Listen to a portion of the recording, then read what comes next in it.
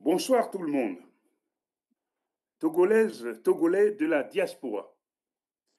Mes chers frères et sœurs, le Togo, notre pays, est devenu aujourd'hui, au vu et au su du monde entier, un État pris en otage par une minorité prédatrice au pouvoir depuis le 13 janvier 1963. 61 longues années. Ne trouvez-vous pas que c'est assez? Une poignée de dirigeants qui affichent une démocratie de façade, mais qui ont en réalité fait de l'État togolais leur vache à lait, en leur nom propre ou ceux de leurs parents et proches. Ils sont les riches propriétaires de bâtiments luxueux, de villas somptueuses, d'hôtels étoilés, de fermes gigantesques et de diverses sociétés écrans qui se multiplient sans qu'on ait la moindre idée ni de l'origine, ni de la légalité des capitaux utilisés. Ces gens-là se pensent propriétaires du Togo, qu'ils se permettent de transmettre de père en fils et en petit-fils, bientôt, si nous ne faisons rien. Pendant ce temps, combien de Togolais meurent de faim ou de manque de soins? Une jeunesse abandonnée, réduite au chômage ou condamnée à la prison, à l'exil ou à vivre dans la rue. Un enseignement au rabais pratiqué par des enseignants profondément maltraités, déconsidérés, méprisés. Un réel délabrement de la sécurité alimentaire et de la santé de la population. Une absence scandaleuse d'accès à l'eau potable et à l'énergie électrique. Des services publics politisés à l'excès, privatisés par le parti État au pouvoir et mis à son seul service.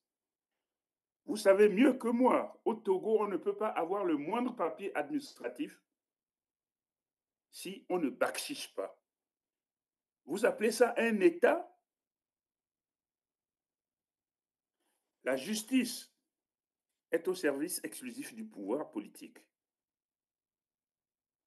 La Cour constitutionnelle est désacralisée, totalement partiale, discréditée. La commission électorale, réputée indépendante, mais en réalité un ramassis de militants RPT UNIR, corrompus sans foi ni loi. Un paradis des violations des droits humains. Une culture de l'insécurité assumée.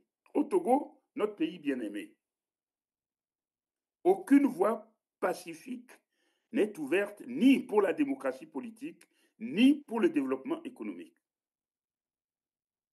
Rappelez-vous, nous avons organisé 1001 manifestations, des centaines de marches, des sit-ins en vain. Nous avons lancé une grande grève générale illimitée pendant laquelle le peuple a souffert de la faim en vain.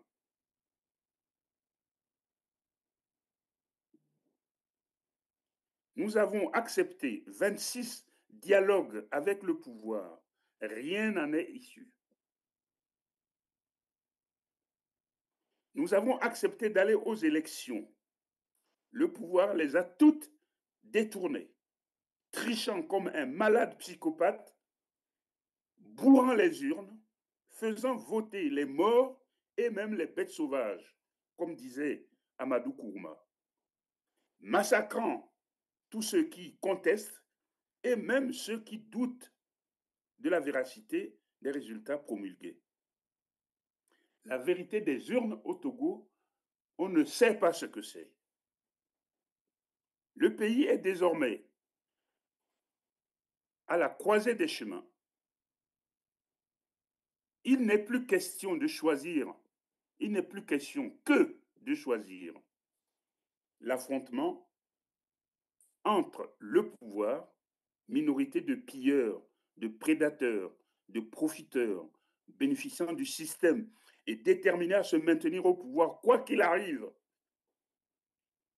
face au peuple togolais tout entier, victime de viols, de vols, d'injustice.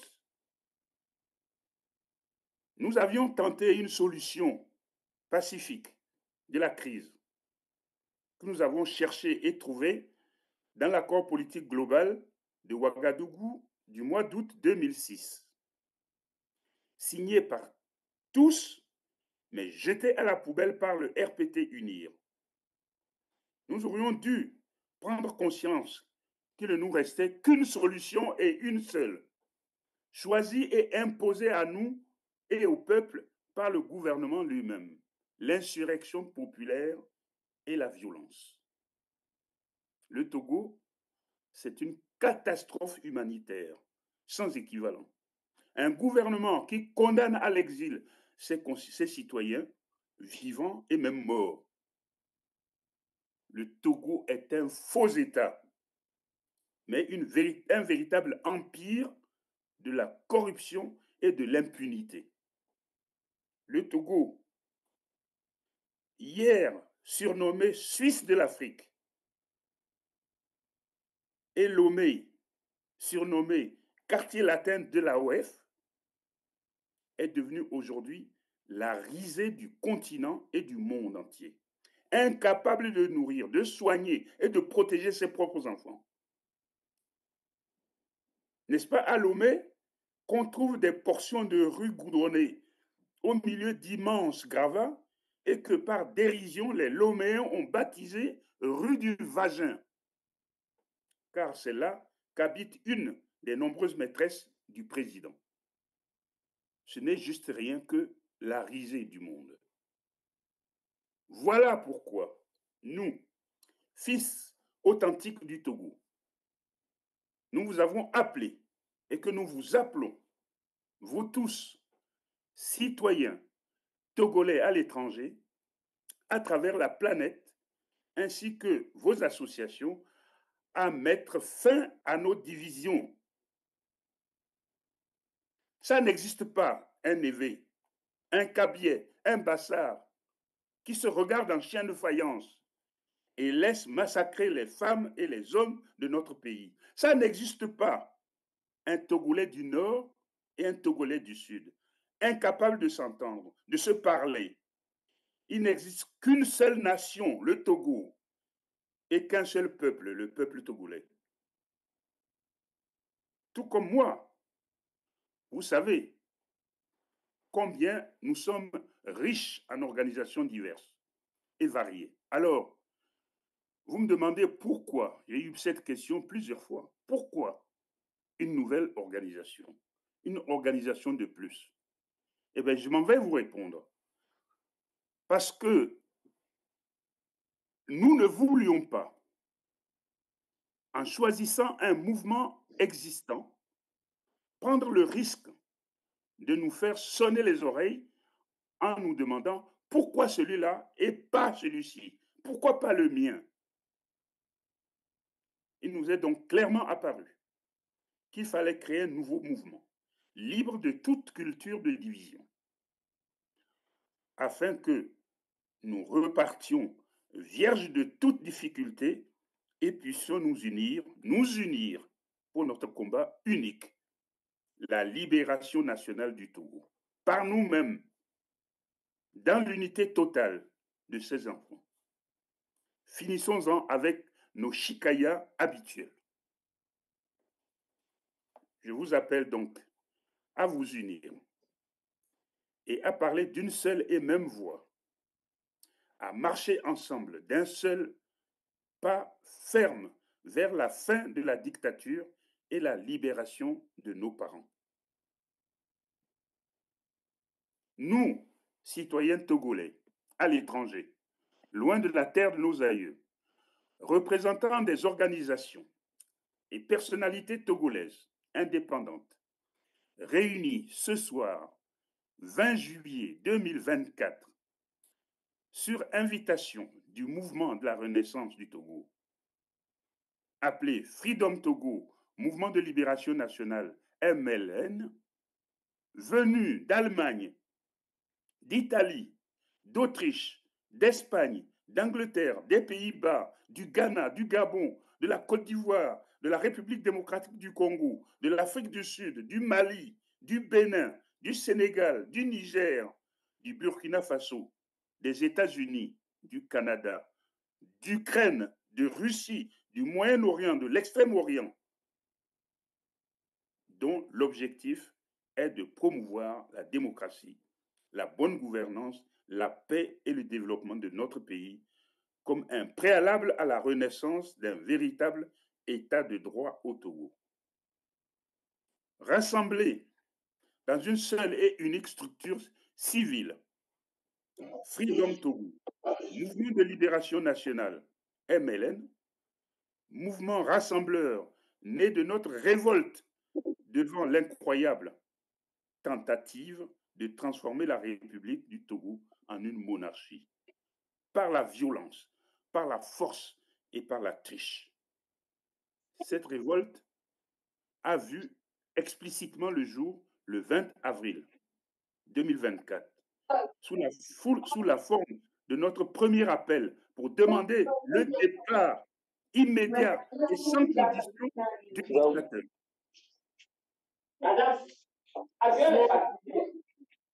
Ford doit partir maintenant et le plus vite sera le mieux.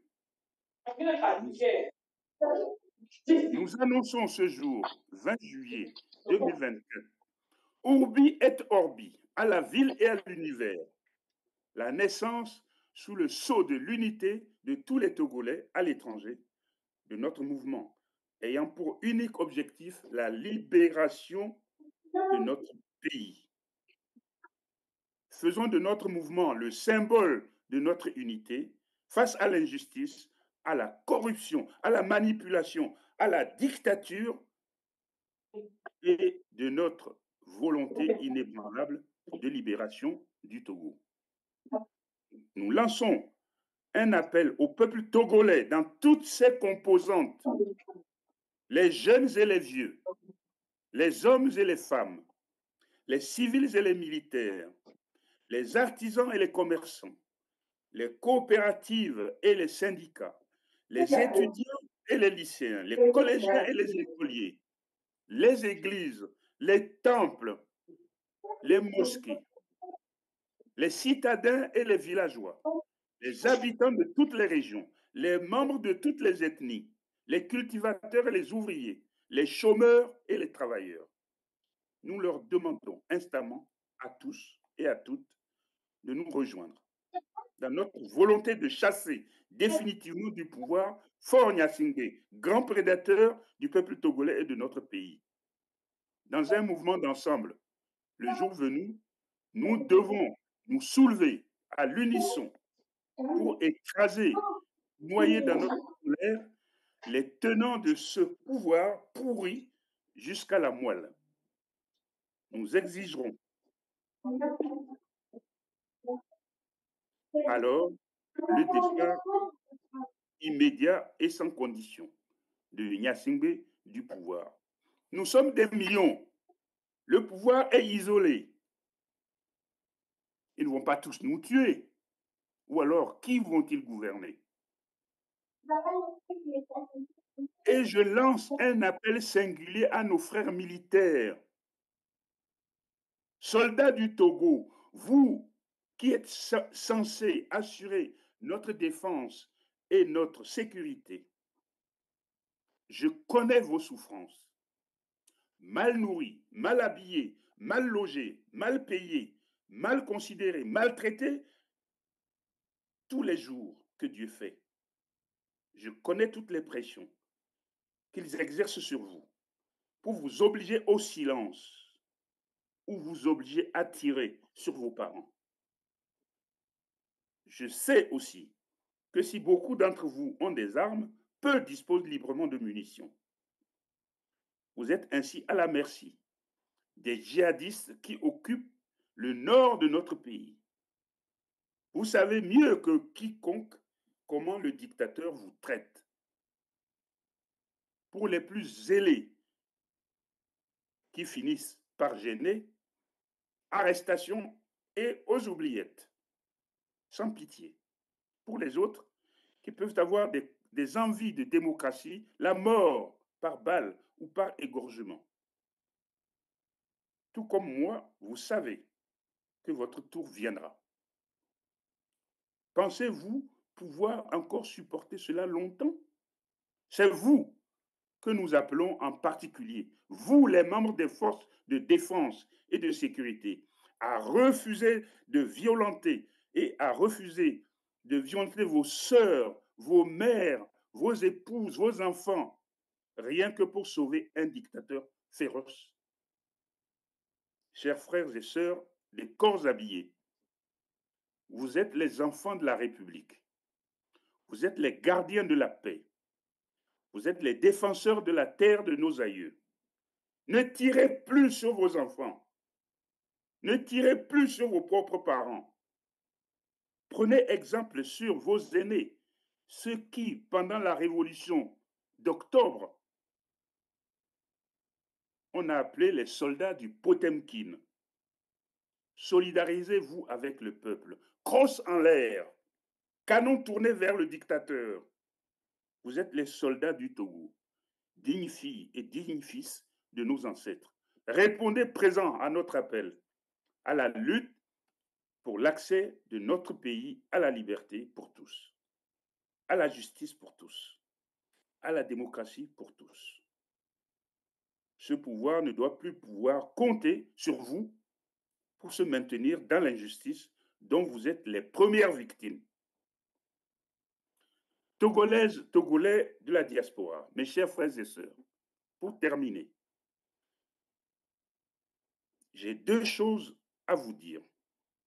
Il y va de la sincérité que j'attache à notre entreprise afin de tenter, pour ceux qui y sont ouverts, de vous démontrer que, contrairement à ce que quelques Togolais mal intentionnés, mais a priori peut-être de bonne foi, pensent, je ne suis pas le cheval de Troie ni de la France, ni d'aucun autre pays. Mon engagement est purement patriotiquement togolais et africain. Depuis 2012, l'année où j'ai fait la campagne présidentielle de François Hollande, j'ai toujours dit qu'il fallait que la France renonce au franc CFA pour que les Africains inventent leur propre monnaie et qu'ensuite la France rapatrie ses bases militaires dont je voyais mal le rôle sur le continent.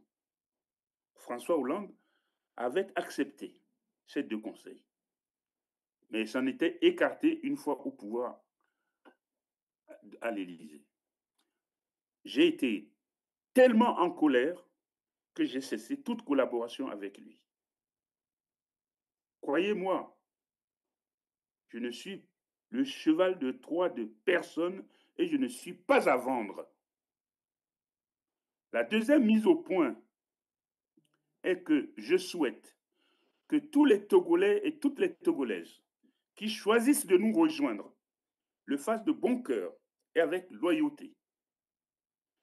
Je sais que la durée, 60 ans, 60 longues années de la dictature au Togo n'a épargné personne et qu'il est donc vain de rechercher des compatriotes vierges en quelque sorte.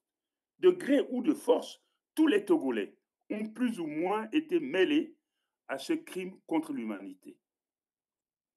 Donc, tout Togolais est le bienvenu. Donc, toute Togolaise est la bienvenue. Je souhaite simplement que votre adhésion, qui est individuelle, soit sincèrement patriotique.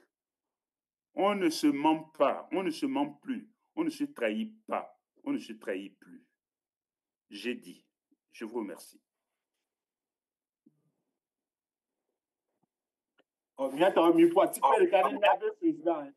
Merci. Merci beaucoup. Merci.